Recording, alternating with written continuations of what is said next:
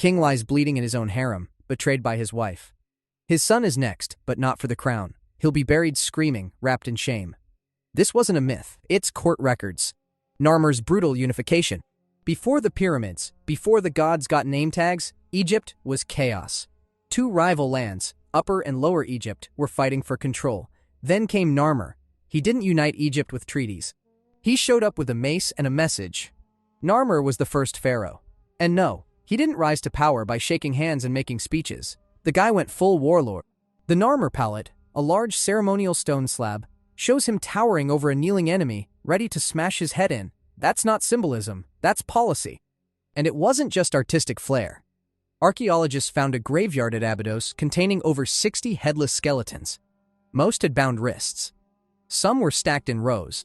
Experts think they were executed enemies or rebels. That's how Narmer celebrated unity. The palette also shows Narmer wearing two crowns, the white crown of Upper Egypt and the red crown of Lower Egypt. Not a fashion statement, more like a victory parade on his own head. He didn't merge kingdoms. He crushed one and absorbed it. Behind him stands a sandal bearer. You know you're powerful when you've got a guy whose only job is to hold your shoes while you commit royal homicide. Above him, the goddess bat watches with long horns and a blank stare, as if even the gods knew not to interfere. One section shows rows of decapitated bodies with their heads placed neatly between their legs. Next to them, labels with city names. Narmer didn't just conquer his enemies, he archived them. Even his name is aggressive. Narmer may translate to fierce catfish. Yes, catfish, but with a violent twist. Ancient nicknames hit different.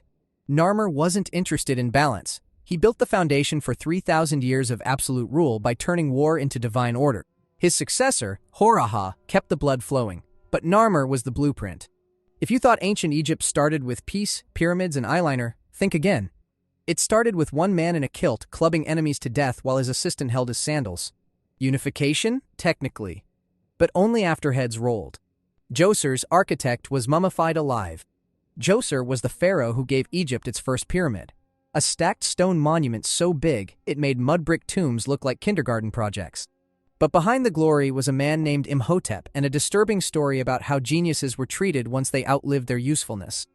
Imhotep was more than an architect. He was the original multitasker, high priest, doctor, engineer, astrologer, probably invented overachiever as a job title. He designed the step pyramid at Saqqara, a 6-layered skyscraper of stone that changed Egypt forever. But here's the twist. Some ancient legends say Imhotep's reward wasn't a palace or gold. It was being sealed alive inside his own tomb. Yeah, alive. According to later Greco-Roman texts and Egyptian folklore, jealous priests or political rivals may have viewed him as a threat. He was getting too powerful, too famous, too close to the gods. So the story goes, they locked him inside his own stone chamber and left him there to die, slowly, silently, surrounded by his life's work. Now, hold up. The story isn't fully confirmed. There's no mummy labeled Imhotep buried alive, whoops, but the myth stuck. It was retold for centuries, even by Greek historians who called him a god. Something about his disappearance just didn't sit right. Meanwhile, Djoser got all the credit. His pyramid became the gold standard. Literally. Later kings copied it. But building it wasn't cheap. Workers faced brutal heat, falling stones, and zero labor laws. Skeletons found near the site show crushed skulls and shattered spines. The step pyramid didn't rise without bodies hitting the ground. And Djoser? He didn't exactly tone it down. The man had a 37-acre tomb complex built for himself. Underground tunnels, fake rooms, stone traps. He planned for the afterlife like he was expecting a siege. Imhotep was erased from records for a while, then worshipped centuries later as a god of healing. Strange arc for a guy allegedly entombed by jealous co-workers. Sneferu's pyramid failures buried workers. Sneferu wasn't just a pharaoh. He was the guy who turned Egypt into a construction site. He built more pyramids than any other king. Sounds impressive until you realize most of them were giant disasters. Literally. 2 collapsed, 1 tried to fold in on itself, and somewhere beneath the rubble, the bodies of the workers who made his architectural oopsies possible. Let's start with the Mentuhotep pyramid. It was Sneferu's first real swing. Looked great until it didn't. The outer casing collapsed, possibly during construction or shortly after. Archaeologists think it killed a ton of workers. There's no ancient safety record, but crushed remains and debris layers say enough. Imagine spending years stacking limestone, then hearing the entire thing groan and fall apart behind you. Then came the bent pyramid. Looks like it changes its mind halfway up, and that's because it did. The angle shifts suddenly. Why? because it was literally breaking apart under its own weight. Engineers had to panic pivot mid-construction, changing the slope to keep it from crumbling. It still cracked. Internal walls warped. Some corridors were so unstable they were abandoned. It's the pyramid version of nobody move, nobody gets hurt. So did Sneferu stop? Nope. He built a third, the Red Pyramid, which finally held up. Third time's the charm. But that charm came with crushed fingers, broken spines, and dead masons who probably wished they'd picked farming. There's no record of Sneferu mourning anyone. In fact, he used the disasters as learning experiences for himself, not the workers. Evidence shows quarrying intensified during his reign. Whole villages sprang up just to feed and house pyramid crews. And when a structure failed, start over. New site, fresh slaves, bigger dreams. Some historians think Sneferu was obsessed with eternal perfection. But the math doesn't lie. 2 major failures, hundreds of laborers dead or maimed, and one final success built on top of corpses. When you see a picture of the bent pyramid and think, hey, that's weird, just know, it's not a design choice. It's a panic button made of stone. Khufu's tyranny. Behind the Great Pyramid. The Great Pyramid of Giza is one of the 7 wonders of the ancient world. But behind its perfect angles and god-tier marketing was a ruler with a reputation for being a royal nightmare. Meet Khufu, or as later Egyptians called him, the jerk with a god complex. Sure, Khufu built the most famous pyramid in history. But the glowing praise stops there. Ancient sources like Herodotus didn't hold back. He claimed Khufu shut down temples, drained Egypt's economy, and even forced his own daughter into prostitution to help fund the thing. Did that part really happen? Probably not. But the fact that people believed it tells you how unpopular he was. What we do know, the labor force was massive. Around 20,000 to 30,000 workers, not slaves but still not exactly volunteers. These were state laborers, rotated in from across the country, housed in rough barracks, and fed bread, beer, and onions. Archaeologists found their bones near Giza. Many had crushed vertebrae, broken limbs, and arthritis from hauling multi-ton blocks. Some were buried with honor. Others, not so much. Khufu left behind almost no statues of himself. Odd, considering his ego was the size of the monument he built. Only one small ivory figure has been found, barely taller than a thumb. It's like the king who built big didn't want to be remembered small. And here's the kicker. The pyramid doesn't even say his name. Not on the walls, not on the sarcophagus. Nowhere. His name shows up once, scribbled in red paint on a block inside a hidden chamber. That's it. Either the workers didn't care or Khufu didn't need credit. After all, what's more immortal than forcing 2.3 million stones into a mountain just to prove you could? Egyptian texts from later periods hated Khufu. The Westcar papyrus turned him into a cartoon villain. In one story, he decapitates a prisoner just to test out a magic trick. Real classy. Pepi II let Egypt rot. Imagine a king who ruled for 94 years. Sounds impressive, until you realize most of that time Egypt was falling apart. Meet Pepi II, the pharaoh who lived forever, while everything else crumbled around him. Pepi II came to power as a child, somewhere around age 6. For a while, things looked okay. He sent expeditions to Nubia, traded with far-off lands, and kept the old kingdom machine running. But the longer he sat on the throne, the more everything started to decay, literally. By the end of his reign, Egypt wasn't united. It was fractured, run by local governors who no longer cared what the capital said. Pepi, now very old and reportedly feeble, couldn't stop them. Tomb inscriptions from regional officials during this time start bragging about their own power. That's a huge red flag in a system where the king was supposed to be a living god. And while Pepi enjoyed his decades of divine luxury, the regular people, not so lucky. Climate records show widespread drought and famine. The Nile stopped flooding properly, crops failed, and people starved. But the palace kept on partying. Some historians say Pepi tried to fix things. Others think he was just too weak or too old to care. By the end, Egypt was sliding into chaos. Government records became sloppy. Tombs were looted. Pyramids were abandoned. Even the burial of Pepi himself feels rushed. His pyramid at Saqqara is tiny compared to his predecessors. A few stone blocks, crumbling walls, and not much else. There's no epic finale, no battle, no assassination, just slow-motion collapse. A long royal shrug while Egypt unraveled. And when Pepi finally died, Egypt fell into the first intermediate period, a 100-year era of famine, civil war, and absolute dysfunction. No more grand pyramids, no more strong kings. Left were local warlords fighting over scraps.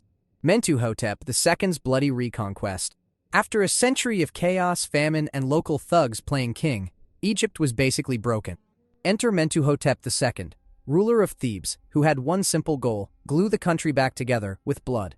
This wasn't a diplomatic reunion, it was a full-scale civil war.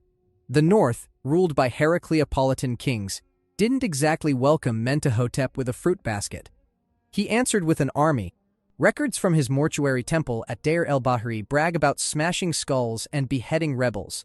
Carvings show rows of bound prisoners kneeling before the pharaoh, heads bowed, probably because some of those heads were about to come off. One mural straight up shows decapitated bodies, lined up like butchered livestock, their torsos separated from their heads. Mentuhotep wanted Egypt to remember exactly how many necks it took to restore order. And he didn't stop there. He purged local rulers who got too comfy during the collapse. Entire nomarch families, regional governors, disappeared from records. You were either loyal to Thebes or you vanished. Permanently. Still think reunification was peaceful? His armies marched across Middle Egypt, torching cities, crushing resistance, and cleansing temples that had sided with Heracleopolis. It was a national cleansing disguised as divine justice. But here's the part the propaganda leaves out. Mentuhotep's wars may have killed tens of thousands. There are mass graves near Deir el-Bahri, soldiers buried with weapons still in hand. Hastily dug pits. Some think they died from battle wounds. Others, disease, starvation, exhaustion. The price of unifying Egypt wasn't just blood. It was a body count so high they stopped counting. Even religious sites weren't safe. Inscribed blocks from conquered temples were found buried or reused, some smashed into rubble, others flipped upside down in Mentuhotep's building projects. It wasn't just conquest. It was message control. He didn't just defeat enemies. He rewrote them out of existence. And when it was all over, Mentuhotep crowned himself uniter of the two lands and kicked off the Middle Kingdom. Egypt was whole again, but at a serious cost. His temple looks elegant now, peaceful even. Tourists walk through it with cameras, but they're standing on ground soaked in centuries of war. Mentuhotep didn't save Egypt. He rebooted it with a massacre. Unity achieved. Survivors optional. Sobekneferu's erased rule. Ancient Egypt had hundreds of pharaohs, but only one woman made the list first. Sobekneferu. She ruled alone, wore the crown, sat on the throne, and then Egypt tried to erase her. She came to power after the death of Amenemhat IV, likely her brother or husband, or both, because dynasties back then had interesting family trees. No male heirs were left. The kingdom was in a power vacuum. Sobekneferu stepped up, took the throne, and did what every other pharaoh did: rule like a god. But the gods, apparently, weren't ready for her. Sobekneferu wore traditional male regalia in statues: false beard, kilt, pharaoh crown, the whole thing. But she didn't hide her gender. In her inscriptions, she used both male and female pronouns, depending on context. That alone probably made the priesthood uncomfortable. And by uncomfortable, we mean actively trying to delete her name from history. Her monuments barely survived. Her name was scratched off lists of kings. Later records pretend she never existed. Some temples she built were defaced, others reused by later rulers. There's no known tomb, no confirmed mummy. Her reign lasted just under 4 years, and Egypt's response was to sweep it under a sandstone rug. And yet, she clearly made moves. She continued building at Heracleopolis and added to the pyramid complex at Hawara. She held the borders. She stabilized the throne. But instead of praise, she got the ancient version of who. Why? Because she disrupted the narrative. Pharaohs were sons of Ra, divine men, chosen by heaven. A woman in that seat, no matter how competent, was a glitch in the divine system. So after she died, Egypt hit delete. Not with violence, but with silence. Centuries later, when Hatshepsut became pharaoh, she got the same treatment, erased after death. But Sobekneferu was first. She cracked open the door, ruled like a king, and then vanished under layers of sand and shame. Pharaoh, builder, queen, ghost. Akhenaten's religious purge. Before Akhenaten, Egypt had a good thing going. Dozens of gods, each with their own temples, priesthoods, job titles, animal heads, and festivals. Then Akhenaten showed up, took one look at 2,000 years of religion, and said, "Let's burn it down." And he wasn't kidding. Akhenaten, born Imhotep IV, ditched the entire pantheon and invented his own god, Aten, a sun disk with little arms reaching down like it wanted to tickle you. Out went Ammon, Osiris, Thoth, and everyone else. Their temples were shut down, their statues smashed, their names chipped off walls. He changed his name to Akhenaten, meaning effective for Aten, and then he moved the capital to a brand new city in the desert, Akhenaten, modern-day Amarna. It was built fast, isolated and entirely dedicated to Aten. Think of it as a divine startup with cult-like branding. Priests of Amun, who had been running things for centuries, lost everything. Their temples were looted, their income gone. Akhenaten made sure he alone was the link between Aten and the people. That's right, he invented monotheism and made himself the middleman. And it wasn't optional. Officials had to carve out Aten hymns in their tombs or risk not getting buried at all. Old prayers were banned. Even in art, everything changed. Akhenaten and his family were shown with elongated skulls, wide hips, and drooping bellies. Weird, stylized images that broke all the rules of Egyptian art. Scholars still argue whether that was some genetic condition or just his idea of branding. Meanwhile, the people starved. The economy tanked. Egyptian allies were begging for help in letters found at Amarna, letters Akhenaten mostly ignored. He was too busy worshipping sunlight and writing poetry to Aten. And when he finally died, the backlash came fast. His successor, Tutankhamun, changed his name to Tutankhamun, moved the capital back to Thebes, and reopened the temples. Everything Akhenaten built was trashed. His city was abandoned. His statues were destroyed. His name was wiped from king lists. They even called him the criminal in later records. Tutankhamun's rushed burial and hidden injuries. Tutankhamun is Egypt's most famous pharaoh, but not for what he did alive. His fame came from what was buried with him: gold, mystery, and some deeply disturbing forensic evidence. He took the throne at age 9, right after Akhenaten's religious circus collapsed. His handlers quickly scrubbed away the sun god cult, reopened temples, and basically used the kid as a reset button. But Tut didn't last long. He died around age 19, and to this day, no one can agree on how. Let's start with the body. When Howard Carter opened the tomb in 1922, Tutankhamun's mummy was a mess. His body had been burned, yes, burned, after burial. Chemical reactions between the embalming oils and linen caused a spontaneous internal combustion. Basically, King Tut slow-cooked inside his sarcophagus. It gets worse. CT scans and DNA tests revealed a laundry list of issues: a broken leg, possibly caused days before death, a malaria infection, a cleft palate, scoliosis, and necrosis in his foot. The guy needed a cane to walk. Over 130 walking sticks were buried with him. That's not a fashion statement. That's orthopedic desperation. There's also the matter of his chest, which is gone. His sternum and ribs were missing entirely. Some think it happened during embalming. Others think it was the result of a chariot crash, or even political murder. There's no clear cause. Just theories, and none of them are comforting. Then there's the tomb. It's shockingly small for a pharaoh. The walls were painted in a hurry, so fast in fact that the paint was still wet when the tomb was sealed. Mold spores grew on the walls, preserved forever. Even his funerary items were recycled from a woman's burial, possibly his stepmother's. Yep, the boy king got hand-me-down. All signs point to one thing: Tutankhamun wasn't supposed to die when he did. His death was sudden, messy, and politically inconvenient. Egypt buried him fast and quietly, then moved on. But fate had other plans. In trying to erase him, they accidentally made him immortal. Ramses III's harem conspiracy and throat slit. By the time Ramses III took the throne, Egypt was limping through its golden age. Invasions, internal corruption, famine, strikes, you name it. But Ramses kept the empire intact. He beat back the sea peoples, funded temple construction, and ruled with a grip like granite. Too bad he didn't watch his own house. The real threat wasn't foreign. It was wearing perfume in the royal harem. Meet Ta, a secondary wife, not the chief queen, but ambitious enough to try a little palace coup. Her son, Pentower, was a prince with zero path to the throne, so Ta launched a conspiracy that reads like an ancient murder thriller. She recruited royal staff, scribes, guards, butlers, and even court magicians. They used wax figurines to curse the king, forged letters to plant lies, and smuggled scrolls through the harem like contraband. There were love spells, poisons, magic rituals, and probably a lot of dramatic whispering behind silk curtains. And it worked. For years, historians weren't sure how Ramses III died. Then, in 2012, a CT scan changed everything. His throat had been cut, so deep it severed the trachea and major arteries. He didn't linger. He was executed, silently, by his own inner circle, assassinated in his private chambers. The aftermath was chaos, but Egypt kept receipts. The judicial papyrus of Turin lays out the whole messy trial. Over 40 people were arrested, some were tortured.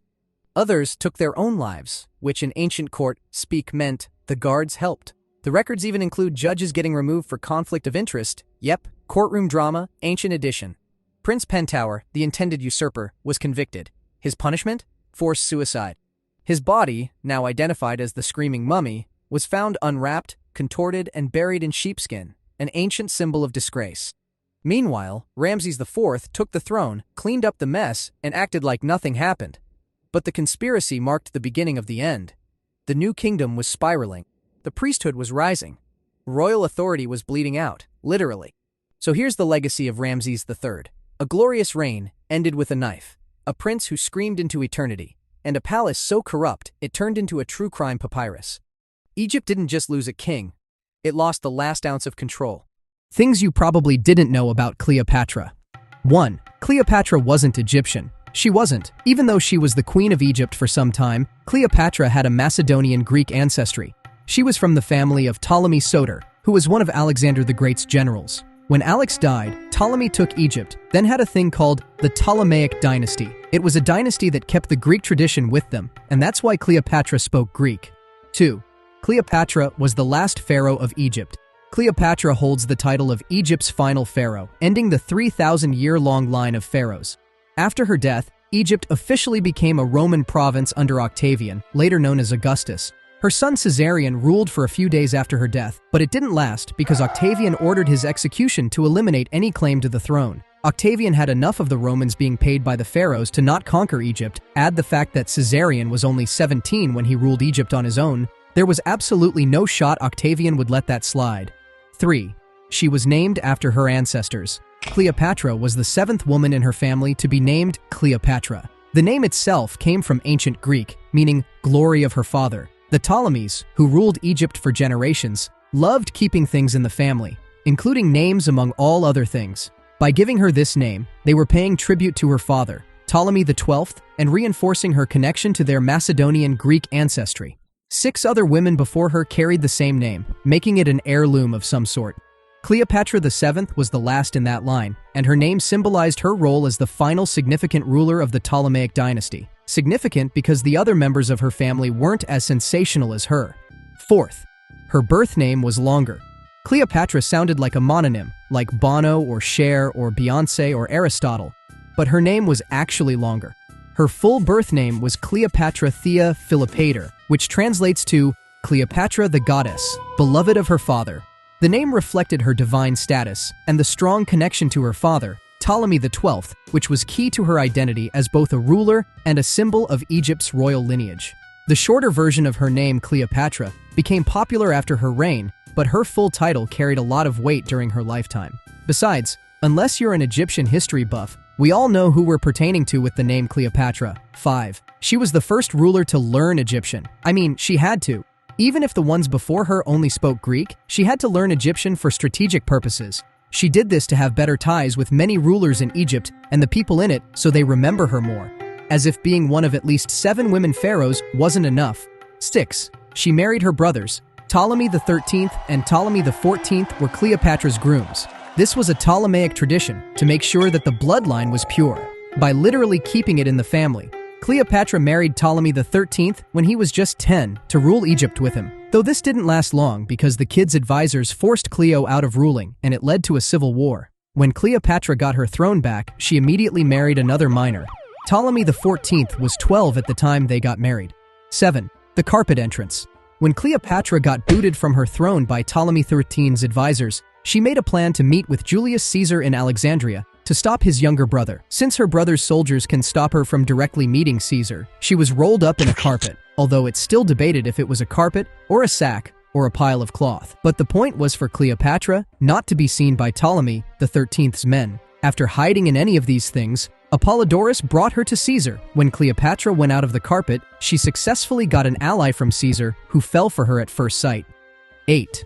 Cleopatra was once declared a traitor. This happened during her brother Ptolemy XIII's reign when tensions between the two rulers escalated. At the time, Cleopatra and Ptolemy XIII were co-rulers of Egypt, but Cleopatra quickly sidelined her younger brother, signing official documents with only her name. This did not sit well with Ptolemy's supporters, especially his advisors, including his tutor Pothinos. They saw her as a threat to Ptolemy's authority and to the kingdom's autonomy, believing she had grown too close to Rome. So Ptolemy's advisors orchestrated a revolt against Cleopatra. With the backing of Ptolemy's loyal generals, she was ousted from Alexandria and forced to flee to Syria in 48 BC. There, Cleopatra gathered an army to reclaim her throne. But her forces alone wouldn't be enough to topple her brother, so she needed a powerful ally. Let's say hi again to Julius Caesar. When Caesar arrived in Egypt after chasing Pompey, who was assassinated by Ptolemy XIII's order, Cleopatra saw her opportunity. With Caesar's help, Cleopatra returned to Egypt and waged a civil war against Ptolemy XIII. The conflict culminated in the siege of Alexandria, where Caesar's forces triumphed. Ptolemy XIII drowned in the Nile while trying to escape, and Cleopatra reclaimed her throne, this time as co-ruler with her younger brother Ptolemy XIV. 9. She initiated a cult for Caesar. After Julius Caesar's assassination, Cleopatra reportedly began a cult in his honor, deifying him and presenting herself as his widow and the mother of his heir, Caesarion. This helped elevate her son's status as his legitimate successor. Cleopatra initiated a cult for Julius Caesar after he became a pincushion in 44 BC. By doing this, Cleopatra promoted her son, Caesarion, as Caesar's rightful heir, strengthening his claim both in Egypt and Rome. Cleopatra likely encouraged the worship of Caesar as a god in Alexandria and connected it to her association with the goddess Isis. Cleopatra had already portrayed herself as a living embodiment of the goddess, and through this cult, she connected Caesarion to this divine lineage, further solidifying his position. Cleopatra used the cult as a political tool to boost Caesarion's legitimacy, especially given the growing tensions with Octavian. Unfortunately, Octavian saw Caesarion as a threat, and this strategy only increased his determination to eliminate any rivals to his claim as Caesar's heir. 10. She was a polyglot. Cleopatra was known to speak at least 9 languages. Her mother tongue was Koine Greek. She spoke Egyptian, Hebrew, Aramaic, Arabic, Median, Parthian, and languages in Ethiopia, and troglodytes for political purposes. Plutarch said that she had the ability to switch languages in a snap whenever she dealt with many groups at once. I can speak 4 languages, and I ain't fluent in any of them. I'm zero-lingual. Cleopatra had one hell of a tongue. 11. Product of incest. Her parents were Ptolemy XII, and you're not gonna guess it, Cleopatra the 5th. Her parents were siblings, yep, and they did incest to keep the bloodline Ptolemaic, or as the monarchs call it, royal blood. And without surprise, 2 more inbreds by the name of Cleopatra's underage husbands, whose names I said earlier came into the world. 12th. Cleo and Mark's own frat party. This is Mark Antony, the guy who put Rome from follow the law or die to follow the leader or die type of government. He and Cleopatra partied hard. And since it was boring to have a 7-day TGIF every week with just the 2 of them, they made a club called Inimitable Livers. We know it was for politics, no actual freaking way, but the 2 just wanted to party with people more than anything. How did Cleopatra feel about this? Well, I kinda can't ask her now, nor anyone else for that matter, so moving on. 13. She was an intellectual. Cleopatra didn't spend her days just sitting on a throne. She made time to dig into subjects like chemistry, medicine, and even military strategy. She made sure she had all the knowledge needed to govern effectively. That's how serious she was about knowledge. Whether it was learning the latest breakthroughs in medicine or figuring out battle tactics to keep her kingdom safe, she was constantly leveling up her skills. Kinda makes me feel bad about rage quitting when a game gets too hard. Cleopatra was playing life on hard mode and still winning. 14. She had a way with PR. See, Cleo had a knack for exploiting the people. After all, it was femme fatale for the most part. She did a lot of PR stunts where Egyptians probably went like, whoa, she's doing so many things to people. Why are there so many people partying right now? Who's this for? Everyone? Wow, what a great leader. Are the elections upcoming? I thought pharaohs don't need to be elected. That sums up every bad politician ever, but they were right. Other than getting people on her side, Cleopatra wanted the people to see her as a divine being, and I guess parades and festivals with a little bit of freedom from tax worked so well. 15. She was a powerful woman for powerful men. Julius Caesar, carpet, secret. No way they hadn't done it. Course they did. When Caesar got turned into a pincushion in the Senate, Cleopatra knew what to do. Jump from a dead powerful man to an alive one. Again, I present to you Mark Antony from earlier. Impossible they hadn't done it yet as well. 2 partygoers often alone. What could they possibly do? Play chess? Heck no. It was a give-and-take relationship. Cleopatra gave Mark the army and money he needed to conquer all the land he saw, and Mark gave Cleopatra more land, a title of Queen of Kings, and twins. Equal trade? Probably. 16.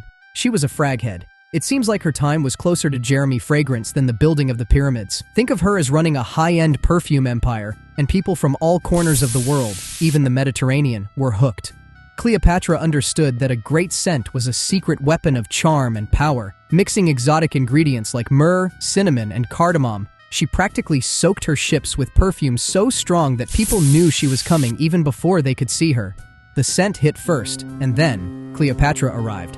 Legend has it she even owned her own perfume factory near the Dead Sea, constantly cooking up new blends. And when she met Mark Antony, yes, him again, her perfume-filled ship with purple sails sealed the deal. He maybe even did one-armed push-ups when he smelled her.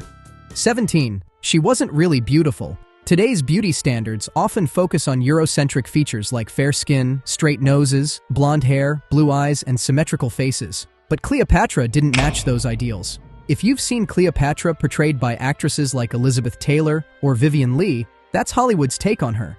Archaeological evidence paints a different picture. Coins and sculptures show Cleopatra with a hooked nose, a sharp jawline, and a somewhat prominent chin, far from the goddess-like beauty we see.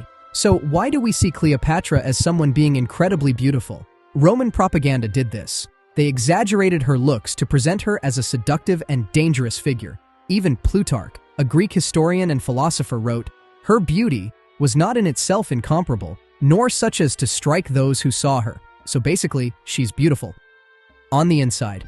18. Cleopatra allegedly spent 10 million sesterces on a single dinner. So there's a story where she once bet Mark Antony that she could spend 10 million sesterces on a single dinner. To give you an idea, half a sesterce could buy a loaf of bread, so you can just imagine how huge that amount was. Antony accepted the challenge, thinking there's no way any meal could cost that much. When the second course was served, Cleopatra pulled a surprise move. Instead of an extravagant dish, she had a cup of vinegar brought to the table. Cleopatra then took one of her famous pearl earrings, dropped it into the vinegar, and let it dissolve. Once the pearl disappeared, she drank the whole thing, winning the bet. The story might just probably be a myth, considering vinegar isn't usually strong enough to dissolve an entire pearl, but it certainly adds to Cleopatra's legendary status as a woman who knew how to make an impression and win a bet. 19. August is dedicated to Cleopatra. Well, sort of. This month has a connection to Cleopatra's downfall. You see, after Octavian defeated Mark Antony and Cleopatra at the Battle of Actium, it took him a full year to fully secure his victory. He arrived in Alexandria on guess what? Drumroll. August 1st of the following year.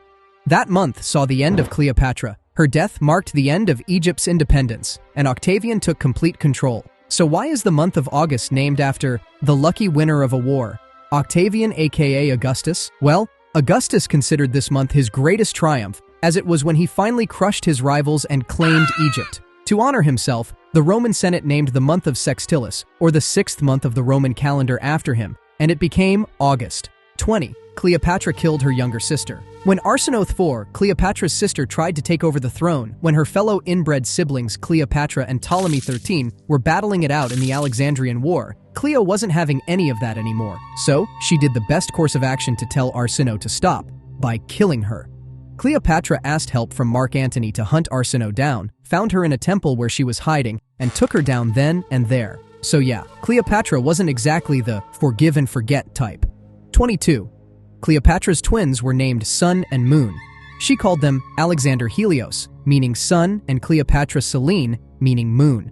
With names inspired by the celestial bodies, Cleopatra seemed to be making sure that even the stars revolved around her family.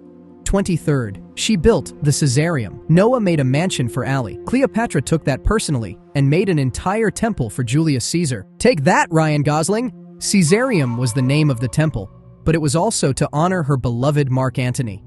I think it's a green flag or a red flag. I don't know anymore. But when Octavian got Alexandria where the temple stood, he destroyed everything that screamed Cleopatra in it, but not the Caesareum. The self-centered dude dedicated it to himself, though.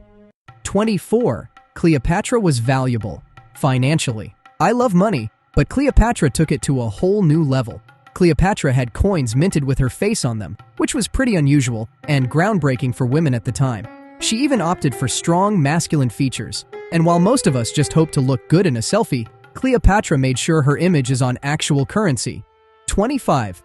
Cleopatra joined forces with Mark Antony in the Battle of Actium. The Battle of Actium started because of a family affair between Octavian and Mark Antony. Things got heated when Antony left his wife, who also happened to be Octavian's sister, to jingle the bells with Cleopatra in Egypt. Octavian didn't take that well and saw it as an excuse to paint Cleopatra as a dangerous threat. So why did Cleopatra join forces with Mark Antony? Well, simple, survival. They both needed to defend their power and protect Egypt from falling into Octavian's angst. Cleopatra provided the ships, Antony brought the Roman soldiers, and they went all in to try and defeat Octavian, but their big plan didn't work. Cleopatra's fleet was outmaneuvered by Octavian's smaller, faster ships. When the battle turned south, Cleopatra decided it was time to bounce, and Antony followed her retreat. That was the beginning of the end. Well, technically the Battle of Actium was the beginning of the end, but you get the point. 26. Cleopatra's tomb was never found. No man will ever find my tomb. Rumor has it that Cleopatra said this, and until now, literally no one has concrete evidence of finding her tomb. The closest someone got to her tomb was a woman. So it's just fitting with her quote-unquote quote. Despite many attempts to locate it, the exact location of their tomb remains one of history's greatest mysteries. Some believe it could be hidden near Alexandria, while others think it is lost under the sea, and Ariel is dancing around it. No matter if it's a man, woman, or an Apache war helicopter who gets to find her tomb, we'll be waiting. 27. She increased the silver content in coins to combat inflation.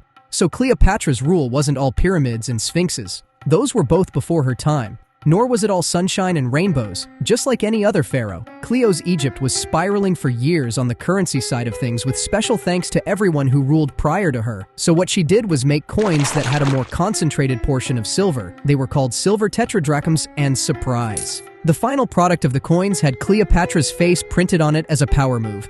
And speaking of power, more silver in the coins meant more value. More value meant a stronger purchasing power for each coin, and this controlled the inflation in Egypt. Bottom line, the coins made in Cleopatra's time were basically the biggest middle finger she could give to Romans and men while saying, "See these? Yeah, I just saved the economy. And I'm a woman. What was that about a patriarchal system again? Sorry I can't hear you over the clinking coins with more silver and my face on it." 28th.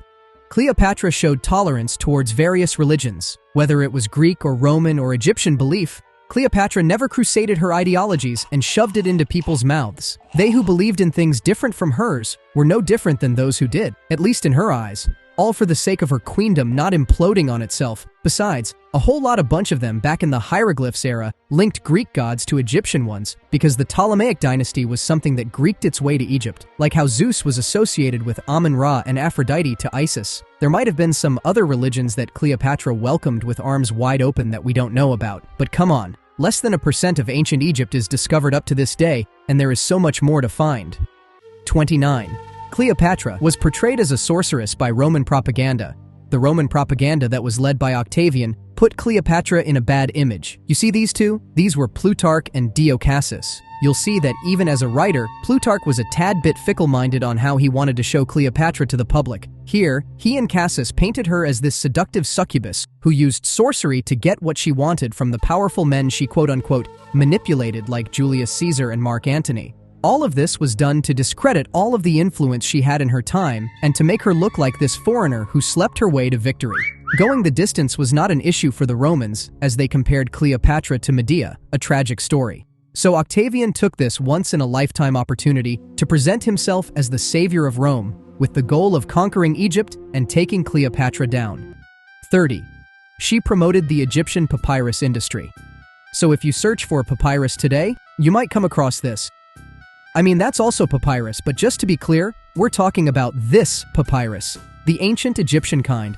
Papyrus, made from the papyrus plant, was used for everything from writing materials to everyday goods like baskets and ropes. Cleopatra understood how valuable this resource was, not just within Egypt, but across the Mediterranean, where it was a prized export. By promoting the production and trade of papyrus, Cleopatra kept Egypt's economy when Rome was becoming a big threat. Cleopatra knew that growing the papyrus industry was a good investment, so she dabbled on that not only for the sake of papyrus just being the paper of the time, but also for economic reasons.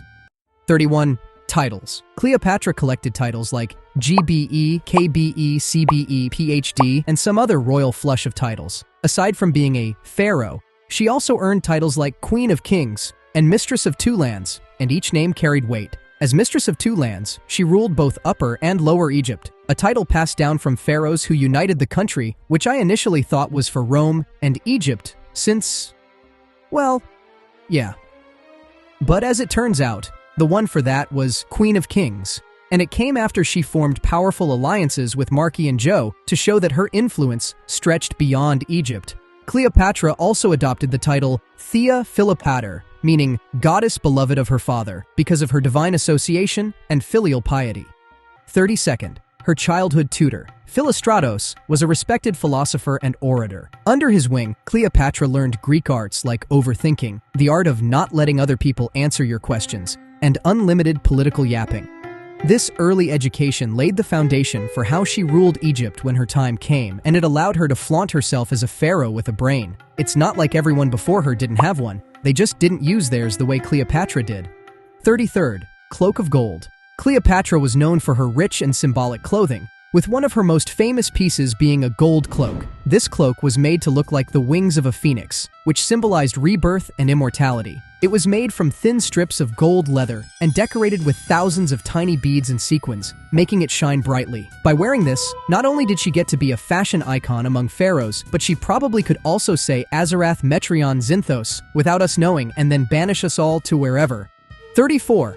Cleopatra bathed in sour milk. Straight up fermented, spoiled, foul-smelling milk. This is her iconic beauty ritual. She'd get her hands on gallons of the stuff, all soured up and probably stinking to high heaven, and climb in for a nice curdled soak.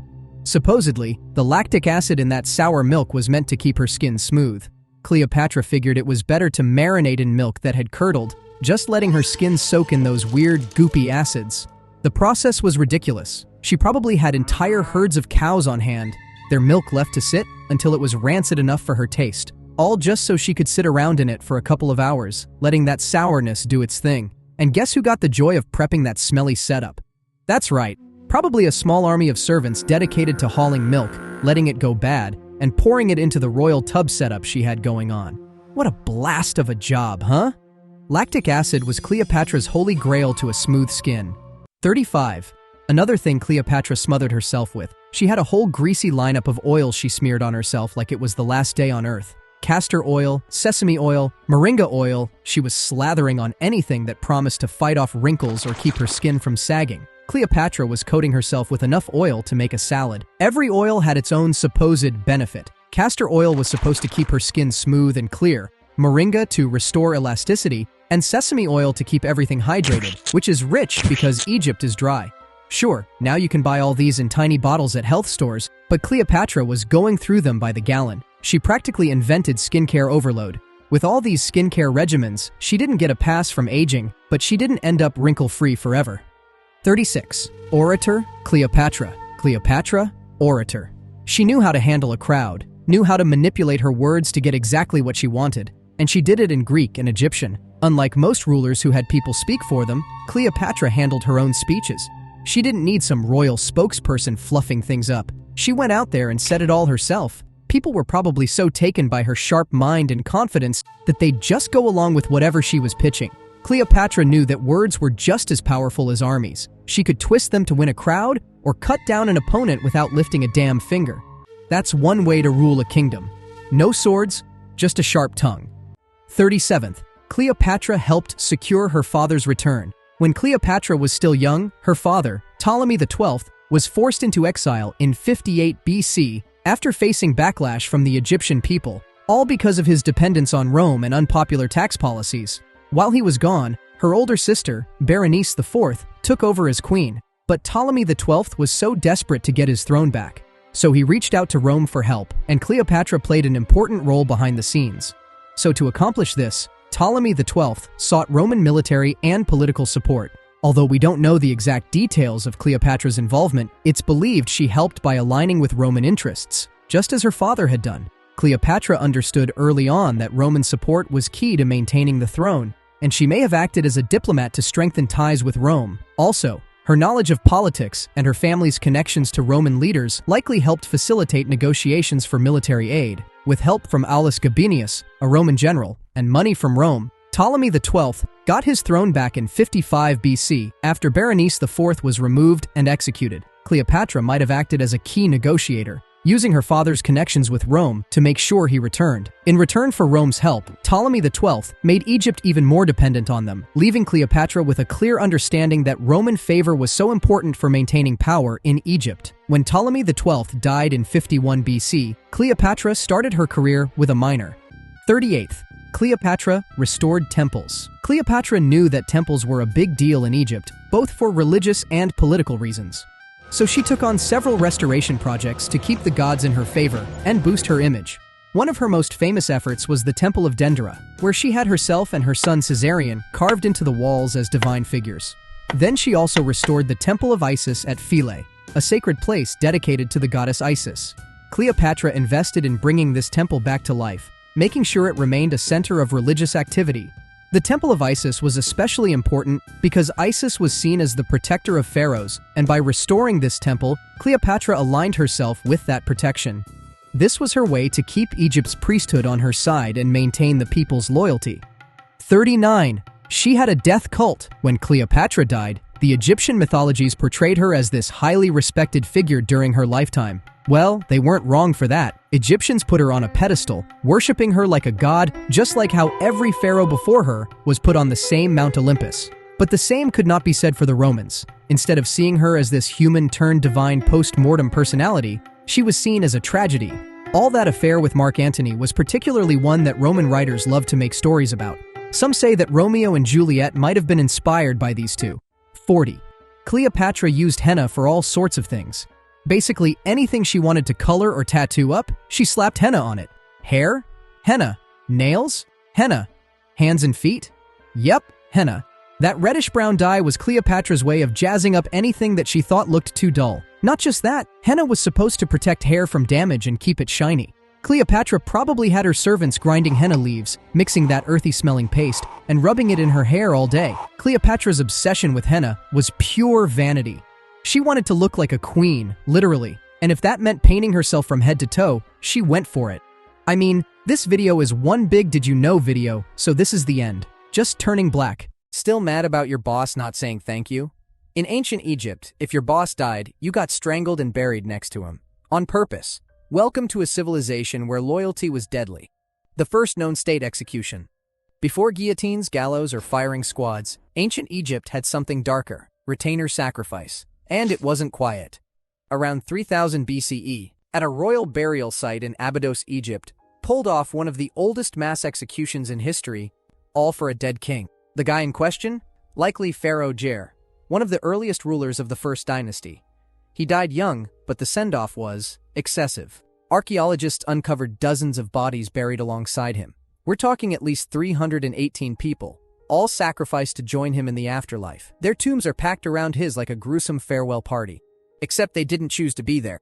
Evidence shows these weren't slaves. Some wore jewelry. A few had their own small tombs. Historians believe they were household staff, nurses, cooks, maybe even musicians, killed so they could serve the pharaoh forever.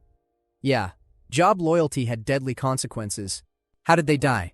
Probably strangulation or poison. Their bodies show no trauma, and they were buried neatly, not dumped.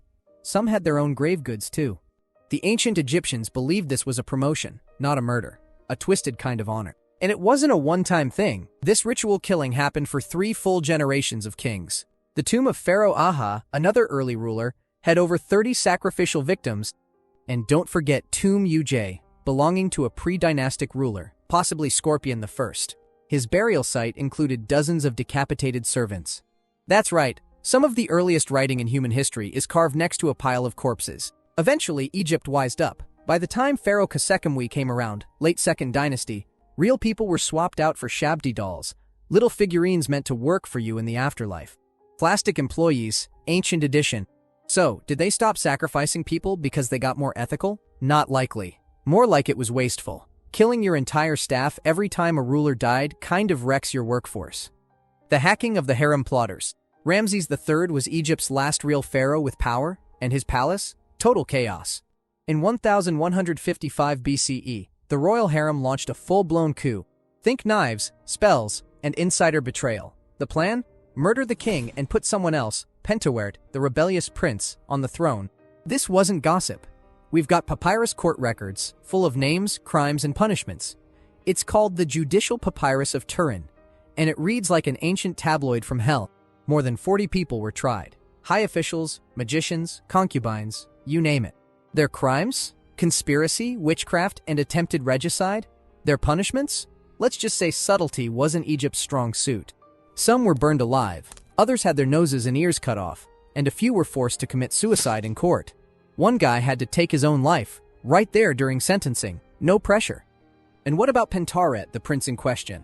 He was given a dagger and told to do the honors himself. His body was found later, buried without royal rites. His lungs were overinflated, his skin bruised, possibly from strangulation or being buried alive. Historians still debate it. Meanwhile, Ramses III? He didn't exactly walk away unscathed. His mummy, scanned in 2012, showed his throat slashed all the way to the spine. He never had a chance. So, yeah, the plot technically worked. The cover-up just didn't. Even more brutal? The trials were held in secret courts, with guards as judges. Some of the accused were dragged in bags. One official's wife was executed in front of him. Another was mutilated, then paraded through town as a warning. And just to rub it in, they burned all records of the conspirators' names in official monuments. Ancient Egypt had cancel culture long before social media. Live burning of heretics. Akhenaten thought he could rewrite religion. Spoiler, Egypt didn't like that. Around 1350 BCE, he threw out the old gods, scrapped temples, and told everyone, worship the sun disk or else. That god was Aten, and Akhenaten made himself the top and only priest. For a while, he ruled from his weird new city, Akhenaten, now called Amarna. But when Akhenaten died, the old religion came back with a vengeance. And by came back, we mean it lit torches and got violent. The backlash was brutal. His statues were smashed, his city abandoned, and his followers? Some were burned alive for refusing to switch back to the traditional gods. This wasn't metaphorical. Burnings were a known punishment in the late 18th dynasty, especially for heresy. Egypt didn't take kindly to people who disrespected Amun, the king of gods. And if you were part of Aten's cult, you were seen as a traitor to both the state and the cosmos. Religious officials loyal to Akhenaten were dragged out of their homes, their names scraped off walls, and in extreme cases, publicly executed by fire. Burnings likely happened at temple gates, both punishment and purification, all in one horrifying display. Bones found near Amarna show signs of extreme heat damage and breakage, possibly from ritual execution. Even Akhenaten's daughter-wife, yes, that was a thing, was erased from records. His son, the boy king Tutankhamun, was rushed into power just to undo the chaos. His name literally means living image of Amun, a PR stunt to show the old gods were back in charge. To top it off, Akhenaten's body was probably dug up and dumped. His tomb at Amarna was found empty. Some think he was reburied in secret. Others believe the priests torched his remains. The message? Don't mess with tradition. This wasn't just a regime change. It was religious revenge. A full-on holy purge, with fire as its favorite tool. The priests of Amun didn't just reclaim power, they turned heretics into smoke signals. And Egypt made sure the Aten cult went up in flames, literally. The exotic diplomacy of Punt. Let's talk about Egypt's version of a goodwill tour. Around 1470 BCE, during the reign of Pharaoh Hatshepsut, a full-blown royal expedition set sail to the mysterious land of Punt, a lush trade hub somewhere along the Red Sea, likely in modern-day Eritrea or Somalia. The goal? Incense, gold, rare animals, and a chance to flex power without swinging a sword. And it worked. The journey is immortalized on the walls of Deir el-Bahri, where Egypt's artists didn't hold back. Monkeys, panthers, myrrh trees yanked from the earth. It was all hauled home like it was Black Friday. But the real attention grabber? The royal family of Punt, carved right there on the walls, standing beside the goods. We see King Pharaoh and his wife, Queen Ati, drawn with full bellies and hunched backs, details scholars debate to this day. Some call it realism, others call it mockery. Either way, it made a statement. Look who came crawling to Egypt. But here's where it stops being pretty. While Egypt loved to show off foreign rulers, there's no proof that the royals of Punt were captured or brought back. No tombs, no prisoner inscriptions, no bones in Thebes with their names on them. Just images, which, in ancient Egypt, could be just as powerful and just as damning. What we do know: Egypt had a habit of displaying their enemies in art, sometimes with limbs cut off, tongues out, or bodies bound in humiliating poses. There are temple texts, especially those tied to Sekhmet, that talk about offering the limbs of foreign enemies. But that wasn't diplomacy, it was war ritual. And this wasn't that. The Punt expedition was peaceful, even celebrated. No spears, no shackles, just exotic goods and ego-stroking carvings. The whole thing was state propaganda wrapped in incense smoke. So no, there was no princess chopped to pieces, but the message was still clear. Egypt ruled the narrative. Even when you came in peace, your image belonged to the pharaoh. And if Hatshepsut wanted to turn you into wall art, you posed. Or else. In ancient Egypt, soft power still came with sharp edges. And sometimes, humiliation was the real souvenir. Tomb robbers and slow death. By the time of Ramses IX, Egypt was broke, chaotic, and paranoid. The empire had shrunk. Priests ran half the country. And even the tombs of pharaohs, supposedly sacred, were getting looted left and right. And when they caught you? Oh, you wished they hadn't. This was the 20th dynasty, and the Valley of the Kings wasn't just a royal cemetery. It was ground zero for some of the harshest punishments ever handed out. The government launched multiple crackdowns. The most famous? Detailed in the Abbott Papyrus, which is basically an ancient CSI report. Tomb robbing was treated like high treason. These weren't just common thieves. Some were temple workers, embalmers, or guards, insiders who knew exactly where the loot was buried. They weren't just stealing gold. They were tearing open the mummies of kings, ripping off amulets, and melting down funerary masks. When they got caught, things got ugly. Some were beaten until they confessed. One gang had their hands chopped off before being impaled on wooden stakes outside the city. In one case, a robber was reportedly tied to a post and left in the sun to rot alive. No food, no water. Others were publicly lashed until unconscious, then dragged through the streets as a warning. Even suspects who hadn't stolen a thing could end up mutilated. The logic? If your friend robbed a tomb, you probably knew. So, guilt by association got you a quick trial, if you were lucky, and a slow death if you weren't. This wasn't just about justice, it was about fear. The government was trying to control a collapsing system, and executions became propaganda. Locals were told the gods demanded punishment. Officials posted execution scenes at temple walls. In one inscription, a thief screams that he deserves death while being burned. But the biggest twist? Some of the tombs were robbed by the same priests who ran the trials. Yep. The guys handing out punishments were sometimes in on the heist. In ancient Egypt, you didn't have to rob a king to end up dead. You just had to be close enough to one when things went missing. And once the system decided you were guilty, mercy wasn't part of the plan. Purge in the time of Psamtik. By 600 BCE, Egypt was running on fumes. The empire was a patchwork of old temples, foreign spies, and governors who were a little too cozy with bribe money. Then came Psamtik I, a pharaoh who didn't inherit peace, he took it. After years of civil war and Assyrian bullying, he made one thing clear: play straight or die badly. This was the start of the Sate dynasty, and Psamtik had a serious cleanup agenda. That meant corrupt officials, tax collectors, judges, military commanders were dragged out of the shadows and slammed with charges: embezzlement, treason, secret deals with the Persians. That got you executed, and it wasn't subtle. We don't have temple records listing each death, but Greek historians like Herodotus tell us Egypt punished state betrayal harshly. Hanging wasn't common. They preferred burning, beheading, or drowning. Public executions weren't entertainment, they were statements. And Psamtik made a lot of statements. High-ranking priests accused of colluding with enemies were burned alive in front of their own sanctuaries. One military commander caught leaking defense plans to the east, beheaded, and his body tossed in the Nile, denying him a proper burial and, in Egyptian belief, any shot at an afterlife. There's also evidence of name erasure from temple walls, a classic move for disgraced elites. You messed with Psamtik's rule, and you didn't just lose your life, you lost your legacy. Some officials weren't even given full mummification. Left unembalmed, no coffin, no priest, just dumped. That was the worst fate imaginable. Forgotten. And while the records don't give us a death-by-death playbook, inscriptions from this period show a spike in state justice language. Phrases like purified the land of traitors and delivered judgment upon liars. Translation: people were getting wiped out, fast. This wasn't Pharaoh as priest. This was Pharaoh as executioner. Psamtik knew Egypt couldn't survive another rebellion or another sellout priest taking Persian gold, so he ran his government like a trap, quiet until it wasn't. The crushed rebels of the Theban revolt.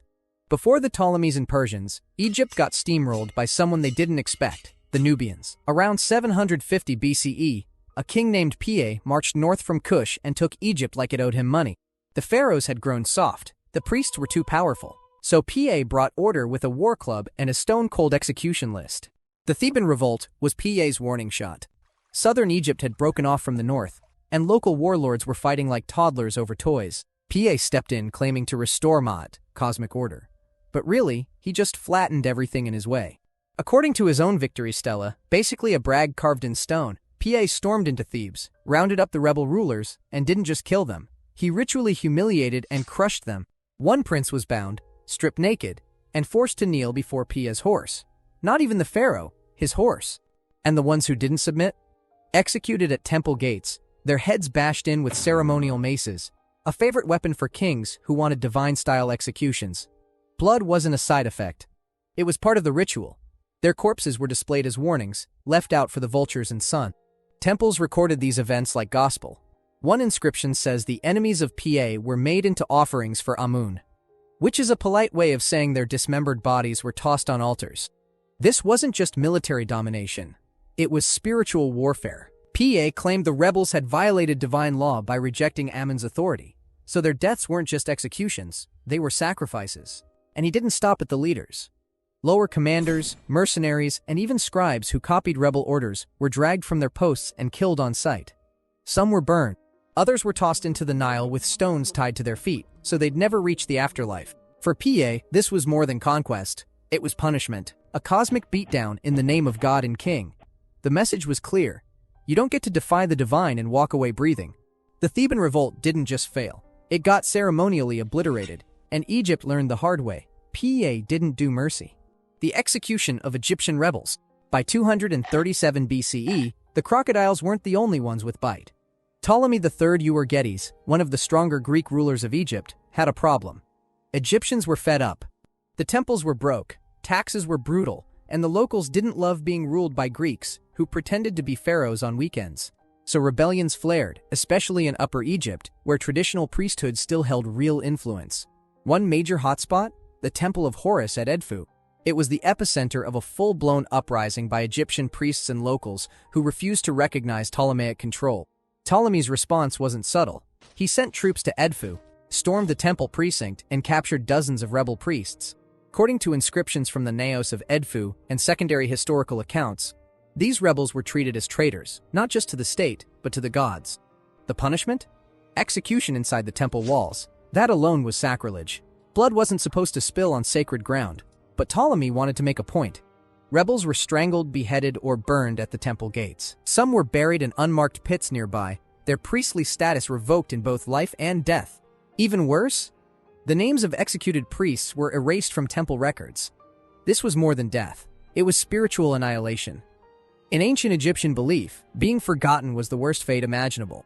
After the crackdown, Ptolemy III commissioned major renovations at Edfu. New carvings, new walls, new narratives. The official version? Peace, piety, divine order restored. The real version? Blood on the floor and fear in the air. We know from surviving inscriptions that local resistance continued, but more quietly. The message had landed. Disobey the pharaoh, Greek or not, and you wouldn't just die. You'd be scrubbed from history. The Greeks built libraries, yes, but they also built gallows. And in temples like Edfu, justice wasn't just served, it was carved in stone, soaked in ash, and sold as harmony. Under Ptolemaic rule, Egypt got a new kind of priest, the kind who bled for standing too tall, and a new kind of god, one who didn't forgive uprisings. He hired soldiers. Cleopatra's poison rivals. Cleopatra gets all the credit for her lovers, her eyeliner, and her drama. But let's be clear, she wasn't just playing chess in politics. She was flipping the whole board and poisoning the other players.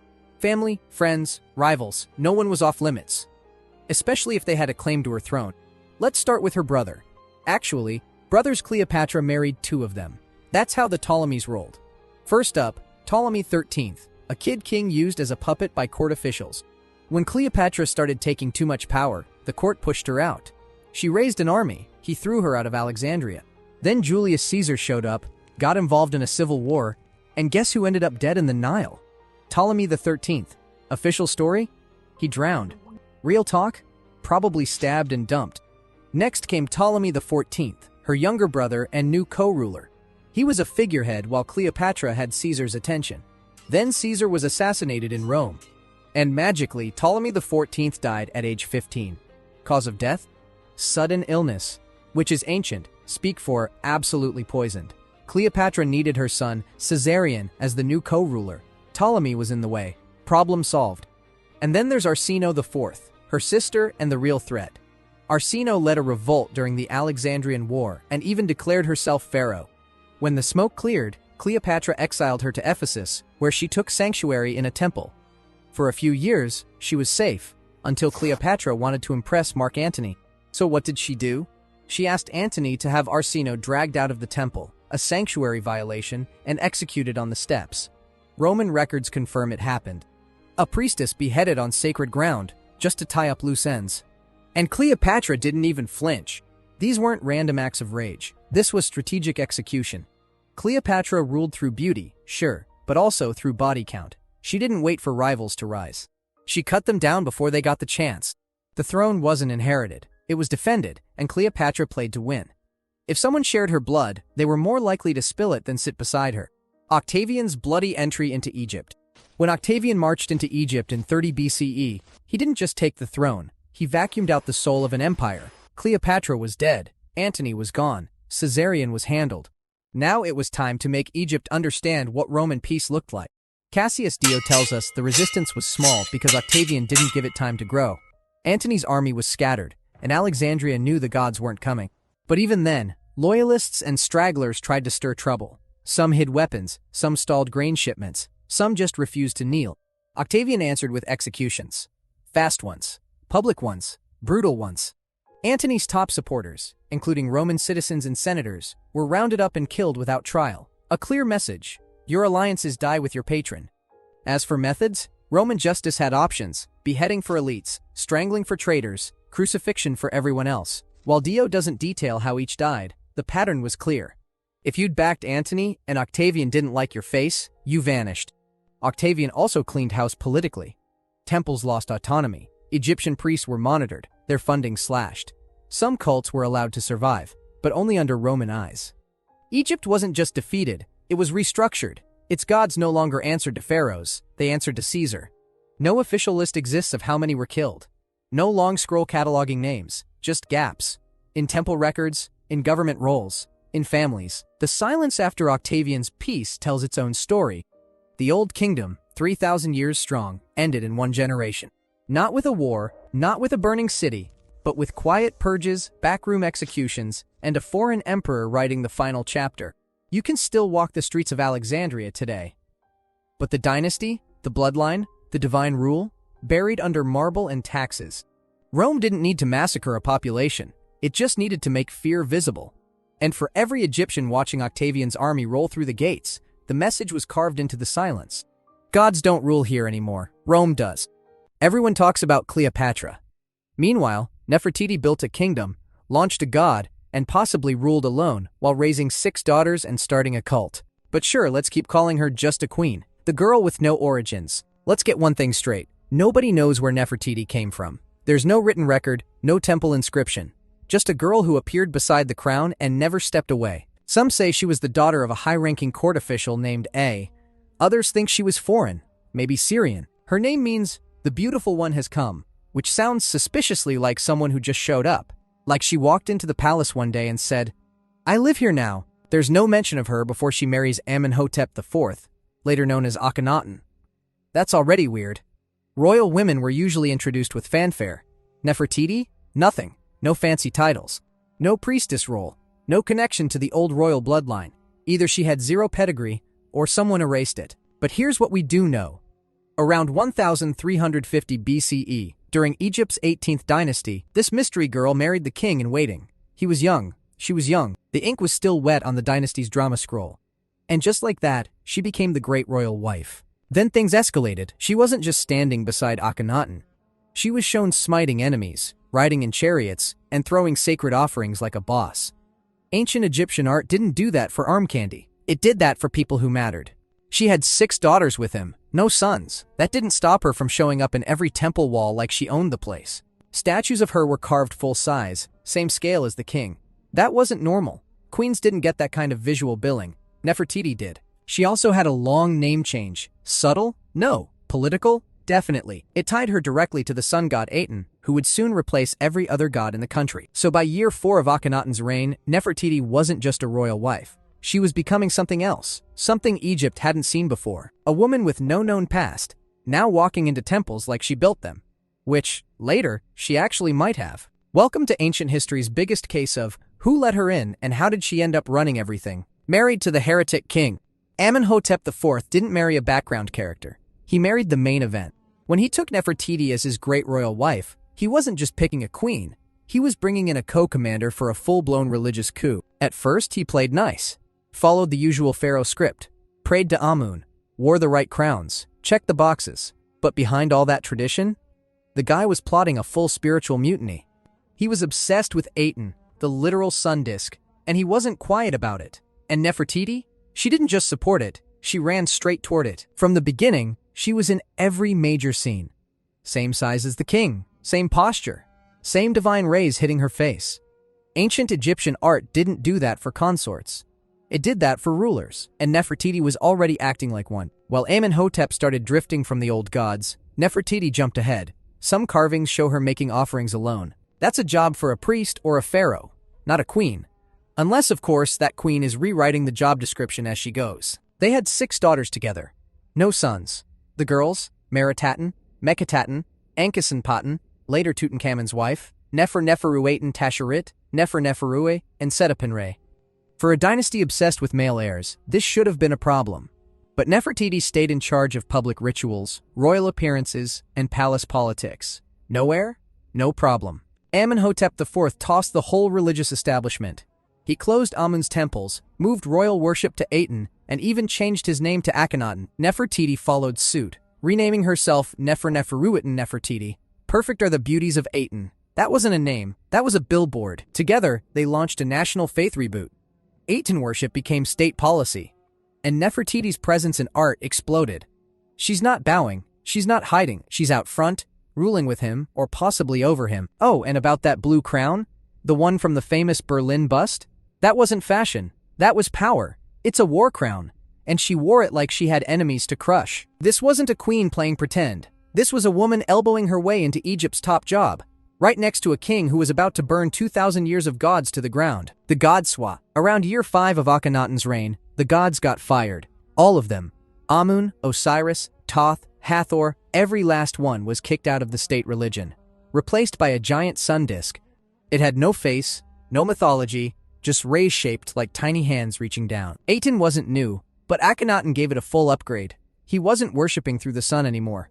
Now, he said the sun was the god. Period. No priests, no middlemen, just Aten, the king, and Nefertiti. If you wanted sunlight, you had to go through them. Nefertiti wasn't just along for the ride. She helped sell this madness. In wall art, she's performing sacrifices, smashing enemies, and throwing out blessings, like a living sunbeam. Her body language screams authority. She's not behind the king, she's next to him. Sometimes instead of him. Together, they treated Aten like a jealous rock star. Only one spotlight, and they stood in it. The royal couple became the literal bridge between the people and the god. Everyone else? Just background noise. Even high priests were sidelined. And the temples? Looted, shut down, or stripped for building materials. They built new open-air shrines with no roofs. Why? So Aten could shine directly down. Clever branding. Even their art changed. Forget stiff, perfect poses. Now it was curves, wrinkles, belly rolls, weird heads. Some statues looked more like biology experiments than pharaohs. This wasn't a mistake, but a style. Human, intimate, raw. Akhenaten and Nefertiti's family scenes were everywhere. They're shown kissing their kids, leaning into each other, eating together. It's almost sweet until you realize it's also a power play. They wanted to be seen as the ideal divine family. Aten's chosen ones, the new holy standard. And Nefertiti? She leaned in hard. She was now Neferneferuaten Nefertiti, Aten's feminine face on earth. In some carvings, she's shown wearing the full pharaoh regalia. The blue war crown, the crook and flail, the ceremonial beard. She's not just praying to the sun. She is the sun, or close enough. Egypt didn't get a say. The god swap wasn't a vote. It was a royal order. Aten in, everyone else out. And the woman enforcing it? She wasn't hiding behind her husband. She was leading the damn cult, the city they built from scratch. The old capital, Thebes, had temples for every god. So Akhenaten did the logical thing. He left. Packed up the court, abandoned centuries of tradition, and started over in the middle of nowhere. Welcome to Akhenaten, a brand new city for a brand new god. Today, we call it Amarna. Back then, it was a sacred flex. Built fast, carved into cliffs, loaded with palaces, open-air altars, and sun-drenched courtyards. It wasn't just urban planning. It was propaganda in limestone. Aten's light hit everything. And in the middle of it all, Nefertiti. She didn't just move in, she co-founded the city. Her name is carved into boundary stelae around the outskirts, legal markers that claimed the land for the royal cult. That wasn't ceremonial, that was administrative. Only kings did that. But here she was, laying down divine real estate law. Amarna was designed to erase the past. No temples to Amun, no shrines to old dynasties. Just Aten, Akhenaten, Nefertiti, and their 6 daughters in every scene. The city had its own rules, its own style, and its own religious system, and Nefertiti wasn't in the background. She was in every official building, every carved wall, every ritual scene. She had her own palace, not a side room, a full complex. Excavations at Amarna uncovered massive columns, painted reliefs, and luxury materials linked to her residence. Scenes show her sitting on a throne, issuing commands, inspecting tribute. Again, that's pharaoh stuff. She didn't wait to be handed power. She built a city where she already had it. And the public art? Nefertiti is all over it. Her images are as frequent and sometimes more detailed than Akhenaten's. She's not just smiling beside him. She's in action, standing tall, clubbing enemies, or making offerings directly to Aten without him present. That's not accidental, that's a message. This city was more than a religious hub, it was a stage. Every street, statue, and shrine said the same thing. Aten rules, and so do we. The power behind the paint. Nefertiti didn't just show up in the artwork, she took over the medium. At Amarna, propaganda got personal. Forget timeless statues of gods and pharaohs with chiseled abs. This era gave us crooked bellies, squinting eyes, elongated skulls, and one queen who practically photobombed history. The Amarna art style was a full break from the old rules. It was awkward, alien, and shockingly honest. You see Nefertiti mid-movement, twisting sideways, kissing her daughters, even scolding one. This wasn't royal fluff. It was deliberate storytelling. And it told everyone exactly who was in charge. Wall after wall shows Nefertiti nearly identical in size and posture to Akhenaten. No shrinking violet, no silent shadow. She's shown in royal processions, religious ceremonies, state functions, and battle scenes. One relief even has her smashing an enemy's head with a mace, a pose previously reserved for kings. That wasn't symbolism. That was policy. She's also seen riding a chariot, flanked by servants, decked out in full Atenist regalia. Her crown, the tall blue flat top, was exclusive. It didn't copy any previous queen's look. It became her personal brand. And when Egyptian artists start treating your face like a logo, you're not just famous, you're political. Which brings us to that bust. In 1912, a German team led by Ludwig Borchardt found the now iconic painted limestone bust in the studio of sculptor Thutmose at Amarna. The piece is nearly 3,400 years old. It shows Nefertiti with a long neck, high cheekbones, and a calm, regal gaze. But here's the kicker, it was never finished. The left eye is missing, not damaged, just never completed. Even unfinished, it's one of the most reproduced faces in the world. Museums, posters, stamps, fake Instagram filters, you name it. But this wasn't just ancient glamour, it was propaganda. That bust was a model. Artists probably used it to copy her face onto official art. Think mass production, 1300 BCE style. In her time, Nefertiti's image was everywhere, because her power was everywhere. Egypt wasn't just seeing a queen, it was seeing a ruler who controlled the message, the media, and the myth. And no one else in ancient Egypt, not even Cleopatra, had that kind of art direction. Co-regent, or pharaoh. Somewhere around year 12 of Akhenaten's reign, the power balance got weird. Nefertiti, already queen, priestess, goddess, and co-ruler in everything but name, suddenly started showing up with the symbols of a pharaoh. Crook and flail? Yep. Blue war crown? Still got it. Full-scale statues with no husband in sight? That too. Egypt had a word for this kind of move, co-regency. It meant ruling side by side officially, and Nefertiti was likely elevated to that position under the name Neferneferuaten, a title used in inscriptions from the final years of Akhenaten's rule. But the problem? The records are a mess. Names were chiseled over, erased, swapped. Royal cartouches, name rings, were altered mid-reign. It's like ancient Egypt hit a political panic button. One theory says Nefertiti became pharaoh in all but name, sharing the throne, issuing orders, maybe even taking the lead, while Akhenaten became more isolated, strange, and possibly sick. Other scholars argue she was Pharaoh Neferneferuaten and ruled outright after his death. Either way, she didn't fade. She stepped up. In some inscriptions from the tomb of the official Mentuhotep II, Nefertiti is shown with the full regalia of kingship, not just as queen. She's offering to Aten alone, speaking for the throne, and participating in rituals normally reserved for pharaohs. Akhenaten isn't even in the scene. Even royal tombs were adjusted. In the royal tomb at Amarna, scenes depict Nefertiti in mourning over one of her daughters, but the quality of her figure, her placement, and the prominence suggest she was no side character. She might have been in charge of preparing burials, organizing ceremonies, even planning the next succession. That wasn't wife work. That was executive leadership. There's also a letter, called the Tutankhamun letter, sent to the Hittites after a king's death, begging for a royal husband to marry a widowed Egyptian queen who had no son to rule. Many think that queen was Nefertiti. If true, it shows she was holding the throne herself and needed a king only for optics. The Vanishing Act. Then, she was gone. No funeral, no tomb, no records of her death. Nefertiti, one of the most powerful women in Egyptian history, simply vanished. Around year 14 of Akhenaten's reign, her name stopped showing up. No explanation. In a civilization that documented everything, grain counts, cat burials, toenail offerings, the disappearance of a ruling queen is loud. Especially one who had just been promoted to co-regent or possibly pharaoh. Some scholars say she died.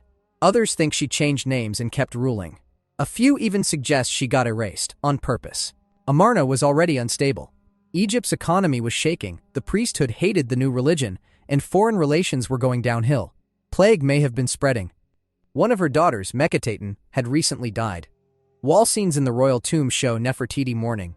That's her last confirmed appearance. After that, confusion. A ruler named Enkhotep Neferneferuaten shows up in inscriptions. Some say that's still Nefertiti, rebranded, upgraded, and now fully acting as pharaoh. Others think it was her daughter Mentuhotep, or someone else entirely. The names are similar, the records are scrambled, and later kings had no interest in clearing things up. Akhenaten dies around year 17. Suddenly, Atenism collapses. The old gods come roaring back. Temples are reopened. Amarna is abandoned. And Nefertiti's memory? Mostly scrubbed. Her images get defaced. Names chipped out. Statues destroyed or reburied. Some of her cartouches were overwritten with those of Tutankhamun or his successors. What used to be a massive public display of her rule was now political evidence, and it had to go. No mummy has ever been confirmed as hers. Not in Amarna. Not in the Valley of the Kings. Some speculate she was buried in KV 55 or KV 35. Others think she was meant to share a tomb with Akhenaten, but plans changed during the regime switch. Whatever the reason, her body's still missing. So is her sarcophagus, and if she ever had a gold mask, it's long gone. For someone who dominated Egypt's religion, politics, art, and royal image, Nefertiti left behind zero closure. And somehow, Egypt's most visible queen became its biggest mystery. How do you erase a woman who ruled the sun? Enter Tutankhamun. After Akhenaten died, Egypt slammed the brakes on everything he built. Aten? Cancelled. Amarna? Abandoned. And into this political dumpster fire walked a kid with a royal name and no experience. Tutankhamun. He was about 9 years old. And yes, that's before he became the King Tut you've heard of. Tutankhamun was probably Akhenaten's son, but not Nefertiti's. His mother is believed to be one of Akhenaten's sisters, maybe the so-called younger lady mummy found in KV 35. That made things awkward. The religious experiment was dead, but the heir was still tied to it by name. Who cleaned that up? Hard to say, but some believe Nefertiti, if still alive, was calling the shots. If she was ruling under the name Neferneferuaten, she may have been the one who placed Tut on the throne as her successor or puppet. Others argue she was already gone, and court officials like I and Horrifying moved in fast to control the kid. Either way, the first thing Tut did was change his name to Tutankhamun, ditching Aten for Amun. That wasn't subtle. It was a public execution of his father's legacy. Statues of Akhenaten and Nefertiti were smashed. Temples were looted. Their sun-soaked capital became an empty ruin in the desert. But here's the kicker. While they were undoing everything, they still reused her stuff. Artifacts with Nefertiti's cartouches were scraped off and reinscribed with Tut's name. Tomb objects were repurposed. Some even think Tut's famous golden mask might have originally been made for her. The ears have no piercings. Unusual for a boy, standard for a queen. And the power vacuum? It was real. Tut was too young to rule alone. Nefertiti may have held the reins if she was alive, or left behind a playbook. Either way, someone was steering Egypt back to tradition with surgical precision. In just a few years, Aten was erased, the temples were repainted, and every public trace of Nefertiti's rule went underground. The kid got the throne. The court got control. And Nefertiti? If she was alive, she watched her revolution buried in real time. If she was dead, they used her legacy like a storage unit, cleared it out, and slapped on a new name. The tomb that wasn't hers. Or was it? Nefertiti ruled Egypt, helped launch a new religion, built a city, maybe ruled as pharaoh, and yet, to this day, no one can find her tomb, no confirmed mummy, no sarcophagus, not even a broken label saying, "Here lies Nefertiti." Nothing. This is where the story jumps from ancient mystery to modern obsession. In 2015, Egyptologist Nicholas Reeves dropped a bomb. He claimed Nefertiti might be buried behind a secret wall in King Tut's tomb, KV62. That's the same tomb famously packed with gold, chariots, daggers, and one very awkward golden mask. Reeves studied high-resolution scans of Tut's burial chamber and spotted what looked like sealed doorways, covered over with plaster and paint. He believed the tomb was originally built for Nefertiti. Then Tut died young, and they just expanded her tomb to squeeze him in. Basically, he crashed her funeral. Egypt's Ministry of Antiquities got excited. Ground-penetrating radar scans were done. Some tests showed anomalies. Other scans said, "Nope, just natural rock." Everyone had an opinion, but no one could agree. As of now, no doors have been opened, no mummies found. The theory remains possible. Then there's KV35, the tomb where the mysterious younger lady mummy was discovered. DNA tests confirm she's Tutankhamun's mother. That rules out Nefertiti, unless she was his stepmother only. Some thought the body might have belonged to Kia, Akhenaten's lesser-known wife. Others still think it could be one of Nefertiti's daughters. Search teams have been poking around the Valley of the Kings for years, hoping for a sealed door or radar blip, but follow-up scans near KV62 in 2016 and 2018 turned up nothing. The big theory about Nefertiti hiding behind Tutankhamun's wall? Still just that, a theory. It's the biggest game of historical hide-and-seek in archaeology. Nefertiti changed the entire empire, and somehow got erased so well, 3,300 years later we're still checking behind Tut's wallpaper for her.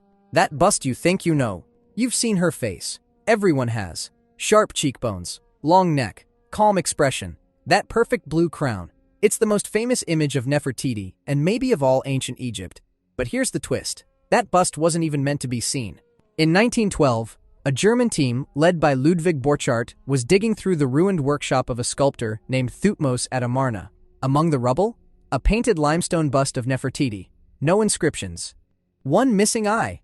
No royal tomb, just her face, sitting on a dusty shelf for over 3,000 years. It wasn't a statue. It was a model, likely used to teach apprentices or serve as a template for other artworks. That's why it's unfinished. The left eye socket is empty. No damage, just never completed.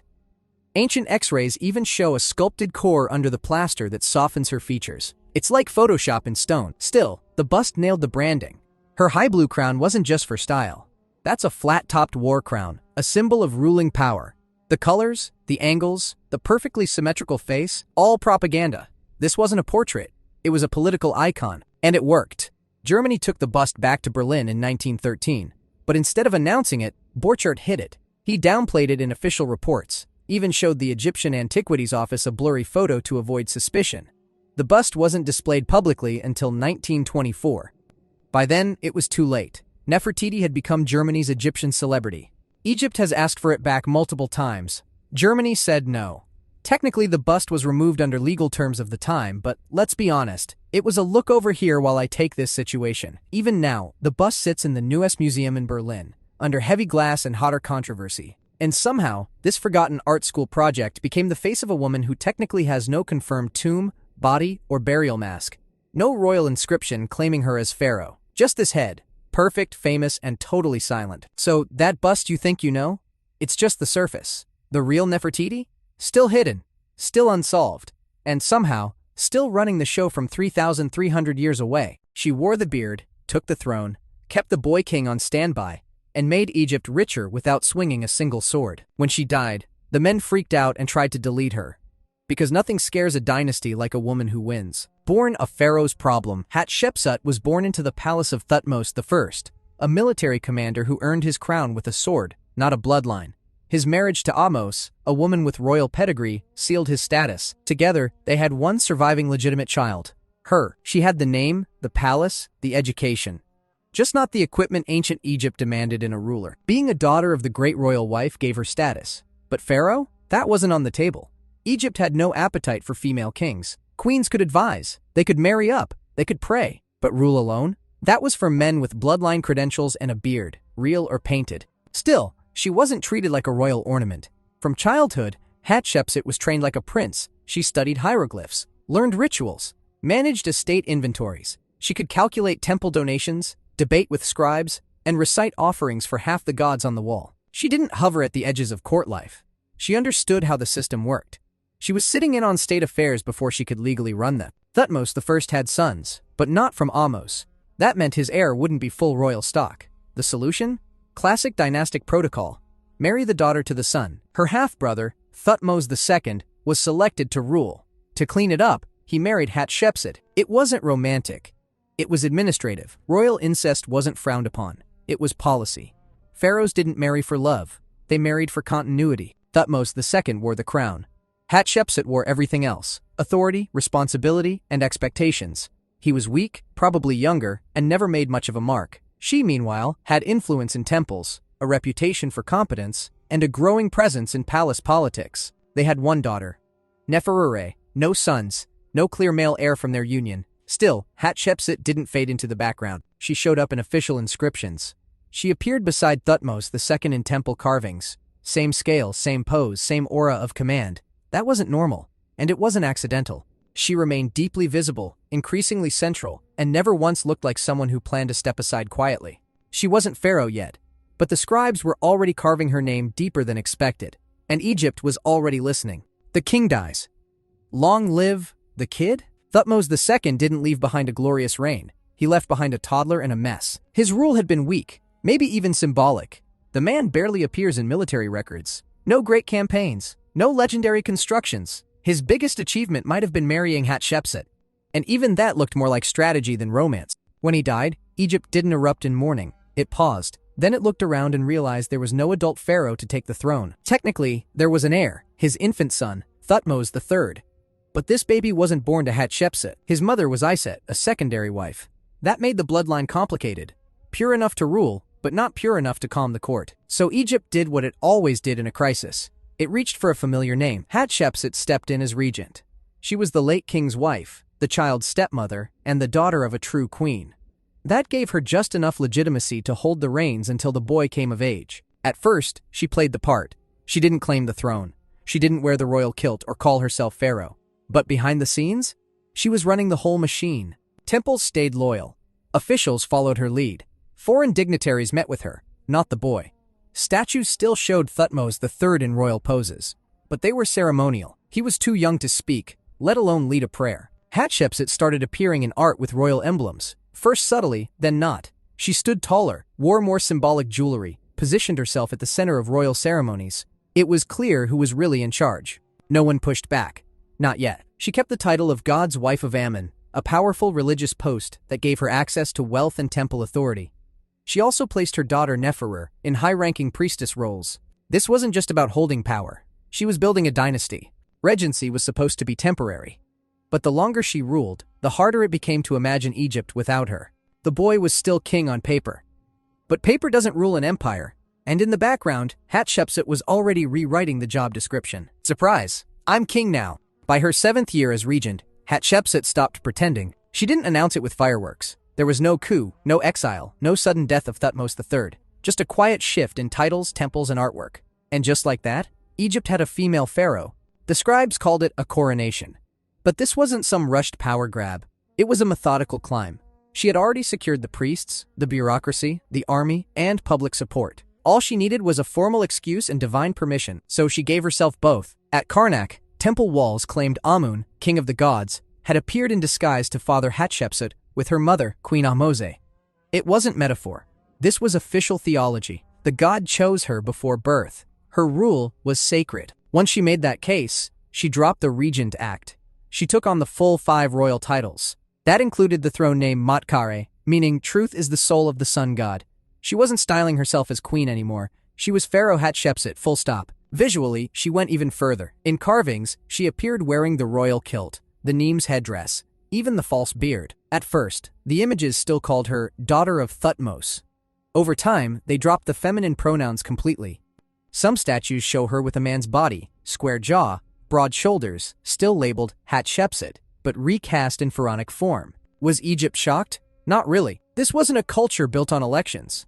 Legitimacy came from the gods and the flow of the Nile. If the temple said she was chosen, that was that. Thutmose III didn't vanish. He stayed in the royal court, listed as junior co-ruler. In practice, he was a teenager with no authority. Hatshepsut kept him close, but never equal. She didn't erase him. She just made him optional. Other women had ruled before, but only in emergencies. Hatshepsut made it permanent. She didn't ask to be called king, she demanded it, and Egypt agreed. One day she was regent, the next she was pharaoh, and for the next 2 decades, it would be the propaganda masterclass. Becoming king was one thing. Making people accept it, that took work. Hatshepsut didn't just rule. She rewrote the story of why she ruled. And she did it so thoroughly, half of Egypt probably believed the gods mailed her a job offer. Her PR campaign started at Karnak, where stone walls told a new version of her birth. According to her inscription, the god Ammon disguised himself as Thutmose I and slept with her mother. That made Hatshepsut, technically, the daughter of Amun himself. Divine blood, pre-approved by heaven. It didn't stop there. Another inscription claimed Thutmose I had publicly named Hatshepsut his successor. There's no evidence he actually did, but once the story was carved into temple walls, it became fact by default. Stone doesn't argue. Every temple she touched repeated the same themes. Legitimacy, divine will, destiny fulfilled. The more you saw her name next to Amun's, the more normal it felt. And her name was everywhere. Obelisks at Karnak bore her titles. Reliefs showed her making offerings to the gods as if she'd been pharaoh from birth. Statues multiplied across Upper and Lower Egypt, some with her in full male regalia, others blending masculine and feminine features to normalize the image. She even got creative with her titles. Rather than calling herself king's wife or queen mother, she went with king of Upper and Lower Egypt and son of Ra. Yes, son, because that's what pharaohs were called. She wasn't here to soften the job. She was claiming the throne on its own term. Every wall, every sculpture, every official record repeated the same message. This is the natural order. The gods approve. Hatshepsut is king. And it worked. There were no rebellions, no palace uprisings, no civil war. Either the public believed it, or they were smart enough to keep quiet. Either way, she held the throne without spilling a drop of blood. By the time people realized what she'd done, the message was carved in granite. Good luck arguing with that. Building a pharaoh's ego. If Hatshepsut had one weakness, it wasn't war. It was limestone. Once the crown was hers, she got to work. And by work, we mean construction. Temples, statues, obelisks, shrines. Egypt turned into one giant stone billboard with her name chiseled on every surface. She wasn't the first to build. But she built bigger, faster, and with more flair than most kings before her. Her masterpiece was the mortuary temple at Deir el-Bahri, tucked beneath the cliffs on the west bank of Thebes. Multi-leveled, symmetrical, carved right into the mountain, it wasn't just a place for offerings. It was a message in stone. I'm not going anywhere. The temple told her version of events. Again, divine birth, God-chosen destiny, a peaceful, prosperous reign. The walls didn't show battles. They showed incense trees, tribute processions, and her standing next to gods like she belonged there. But she didn't stop at pretty pictures. She restored old temples left damaged from past rains and natural decay. Every time she repaired something, she left a little signature. Just a few hieroglyphs here and there reminding everyone who fixed it. Subtle flex. Then came the obelisks. At Karnak, she ordered 2 massive red granite obelisks, each over 97 feet tall. Carved in Aswan and floated hundreds of miles down the Nile. They were set up in front of the temple of Amun. The message was clear. Her reign was blessed, legitimate, and towering, literally. She dedicated them in gold. Not metaphorically. The tips were actually covered in electrum, a gold-silver mix, to catch the sunlight and blind you with divine approval. Her image changed too. Statues once showed her with a slender frame and dress. Now she wore the Nemes headdress and the royal kilt. Broad shoulders. Square jaw. But still named Hatshepsut. Still the same woman. Recast as king. She wasn't just building for the afterlife. She was building herself into history. Every block, every carving, every column reinforced her version of the truth. Not a backup ruler. Not a placeholder. Not a queen. A pharaoh? The pharaoh. And when you're wrapped in granite and 90-foot monuments, you don't just rewrite the rules. You become them. Expedition to the edge of the world. Hatshepsut didn't build her power on conquests. She built it on trade. Instead of sending soldiers, she sent ships. Instead of bringing back prisoners, she brought back perfume trees, gold, ivory, incense, and animal skins. She didn't need a war to prove she ruled the world. She just needed a successful business trip. Her most famous expedition was to a mysterious land called Punt. Where exactly Punt was is still debated. Maybe modern Eritrea, maybe Somalia, maybe southern Arabia. The Egyptians called it God's land. What mattered more than geography was the haul. Around her 9th year as pharaoh, she commissioned a fleet to sail from the Red Sea with crews, scribes, and officials. These weren't short-distance fishing boats. They were large cargo ships loaded with goods for barter. It was one of the earliest recorded international trade missions in history. The result? A jackpot. The fleet returned with exotic treasures. Live baboons, panther skins, cinnamon, incense, ebony, gold, and the roots of myrrh trees. Hatshepsut ordered the trees planted at her temple in Deir el-Bahri. That's right, she imported a foreign forest for religious rituals and landscaping. She also had the entire trip carved into her temple walls in full detail. You can still see them, scenes of boats, palm trees, piles of gold, and people from Punt drawn with round bellies and strange hairstyles. Even the Queen of Punt shows up with swollen feet and a distinct profile. It wasn't just record-keeping, it was storytelling. The message was clear. Egypt was powerful, connected, and thriving under her rule. Trade didn't just benefit the temples. It made Hatshepsut rich in the eyes of the gods. Incense and myrrh were critical to religious ceremonies, and she delivered them in bulk. That gave her even more religious legitimacy and temple loyalty. This wasn't a side quest. It was the crown jewel of her reign. The male pharaohs bragged about battles. Hatshepsut bragged about diplomacy, logistics, and bringing home the weirdest cargo anyone had ever seen. She didn't cross deserts for glory. She crossed oceans for incense. And somehow, that made her more powerful than any general, playing nice with Thutmose III. Thutmose III didn't disappear. He just got sidelined. Even after Hatshepsut took the throne, she didn't erase him. His name stayed on official records. He appeared in ceremonies. He was listed as co-ruler on temple walls. But in reality, he was a silent partner, with no power, no crown, and no real say. It was a clever political move. If Hatshepsut had exiled or ignored him, it would have triggered backlash. Instead, she kept him close, raised him at court, let him grow up inside the palace walls under her control. He wasn't a threat. He was part of the furniture. On inscriptions, she was always listed first. His name came second, if at all. In royal art, she stood tall in the center. He was off to the side, sometimes even drawn as a child, long after he'd grown into a teenager. But she didn't strip him of everything. Thutmose III was trained as a military officer. He led troops. He learned the strategy, the tactics, the command structures. While Hatshepsut ruled from the temple steps, he gained experience out in the field. Whether that was a gift or a leash is still up for debate. Either way, she let him grow, but never outranked her. Some scholars think she planned to step down when he was older. Others believe she intended to rule until her death and never share real power. The truth? Probably somewhere in between. She was too smart to risk a civil war, and too ambitious to give up the throne early. The strange part is, he didn't rebel. There's no record of an uprising. Thutmose III played the role he was given, at least publicly. Whether it was loyalty, strategy, or survival instinct, he waited. And she gave him no reason to strike. Egypt was peaceful, rich, stable. Temples were overflowing with goods. Foreign relations were strong. No one in the palace was calling for a new ruler when everything was working. It was a balancing act. One pharaoh ruling by tradition, and the other by momentum. He had the title. She had the throne. And as long as she kept building temples, delivering goods, and calling herself king, there was no room for a power struggle. She didn't lock him out, she just never opened the door. The Vanishing Act. One day, Hatshepsut was pharaoh of Egypt. The next, she was gone. There's no record of her death, no grand funeral inscription, no royal announcement, just a sudden halt in the monuments, a name that stopped appearing, and a shift in who stood alone on the throne. Thutmose III stepped in, quietly, cleanly, and without a war. He didn't need to fight for it. She either died naturally or stepped down.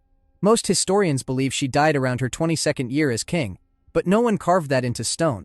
For someone who had plastered her legacy across half of Egypt, her exit was a whisper, and that's when the chisels came out. Temples that once showed her standing with the gods were recarved, statues were smashed, inscriptions were edited.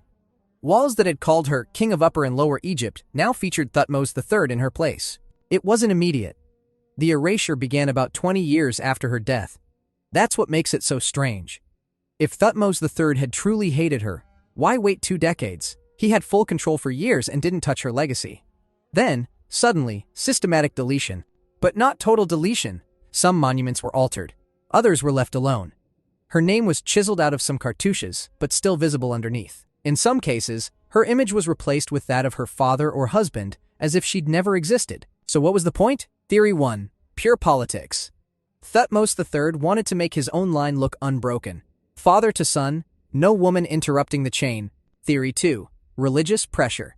A female pharaoh messed with tradition, and the priesthood wanted the record fixed. Theory 3. It wasn't personal, it was just dynastic cleanup. Whatever the reason, it worked. Later kings forgot her. Greek historians skipped her. For centuries her name was lost. Even when her temple stood untouched, no one realized a woman had ruled as king. Her statues were buried, her story was rewritten, her accomplishments were reassigned. Hatshepsut didn't just vanish, she was professionally deleted. And for a while, it stuck. The woman who built obelisks and reigned like a god was reduced to rubble, not by enemies, by the people who inherited her empire. Tomb swaps and hidden corpses. Hatshepsut may have ruled like a king, but her afterlife was a logistical nightmare. She originally built a royal tomb, KV-20, cut deep into the cliffs of the Valley of the Kings. It was long, twisted, and ambitious, probably intended for both her and her father, Thutmose I. Their sarcophagi were placed side by side, pharaoh and daughter, equals in eternity. Then plans changed. After she took the throne, her burial setup shifted. She likely moved Thutmose I's remains to a new tomb and began preparing a different layout for herself. The royal script was rewritten again, this time underground. At some point, her mummy was removed from her intended resting place. Whether it was to hide her, protect her, or erase her completely is still debated. What we know is that by the time modern archaeologists entered the scene, her tomb was a ghost house. Empty, robbed, anonymous. For decades, her body was missing. Some guessed it had been destroyed. Others assumed it was still buried in an undiscovered chamber. But her name was gone, her sarcophagus cracked, and no one could say for sure where the most powerful woman in Egyptian history had ended up. Then in 1903, a forgotten tomb called KV-60 turned up. Inside were two mummies, one clearly identified as Hatshepsut's nurse, Sitre, the other was unmarked. No wrappings, no jewelry, no coffin with a name. It sat in storage for over a century. Then in 2007, scientists tested a molar found in a wooden box labeled with Hatshepsut's cartouche. The tooth didn't match the nurse, but it matched the jaw of the unidentified mummy. That was it.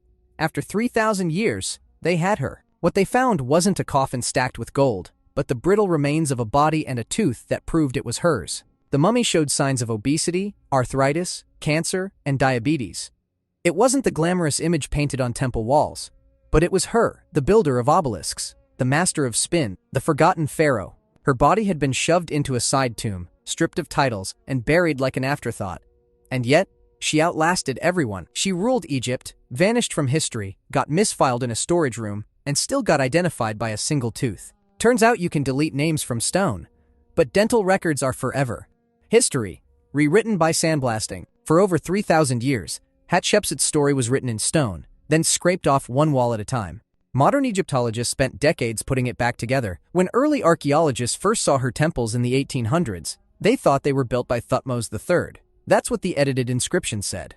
Her statues had male features. Her name was often chiseled out. Most assumed she'd just been one of his wives. It wasn't until scholars started piecing together cartouches, cross-referencing royal titles, and translating untouched inscriptions that the truth cracked open. Egypt once had a woman who ruled not as queen, but as pharaoh, and she ruled for almost 22 years, longer than most men. Her name resurfaced in fragments. A hidden carving here, an untouched statue there, bits of evidence that didn't match the official narrative. Then the mummy was identified in 2007. That changed everything. The story flipped from, maybe there was a female ruler to, this was one of the most powerful pharaohs in history, and she was nearly erased. Suddenly, scholars had to face it. Ancient Egypt didn't just forget her. It deleted her on purpose, and not because she was a tyrant or a disaster or a failure, but because she was too successful. She ruled with stability, expanded trade, and built on a scale that rivaled Egypt's great kings. And she did it without a war, without a prince, and without pretending to be temporary. For centuries, historians credited Thutmose III with all the progress made during her reign. He got the legacy. She got edited out. Now, textbooks are catching up. Hatshepsut is no longer a footnote. She's a headline. Her mortuary temple is considered one of Egypt's architectural masterpieces. Her obelisks at Karnak still stand. Her mummy is on display at the Egyptian Museum in Cairo, no longer anonymous. The irony? The ancient erasure nearly worked. But modern science, archaeology, and a stray molar overturned the whole narrative. They tried to make her a shadow. Instead, they made her a legend. And the lesson carved into the ruins is hard to miss. If you don't want to be remembered, go quietly. If you want to rule forever, build in stone, lie like a god, and let the future find your tooth.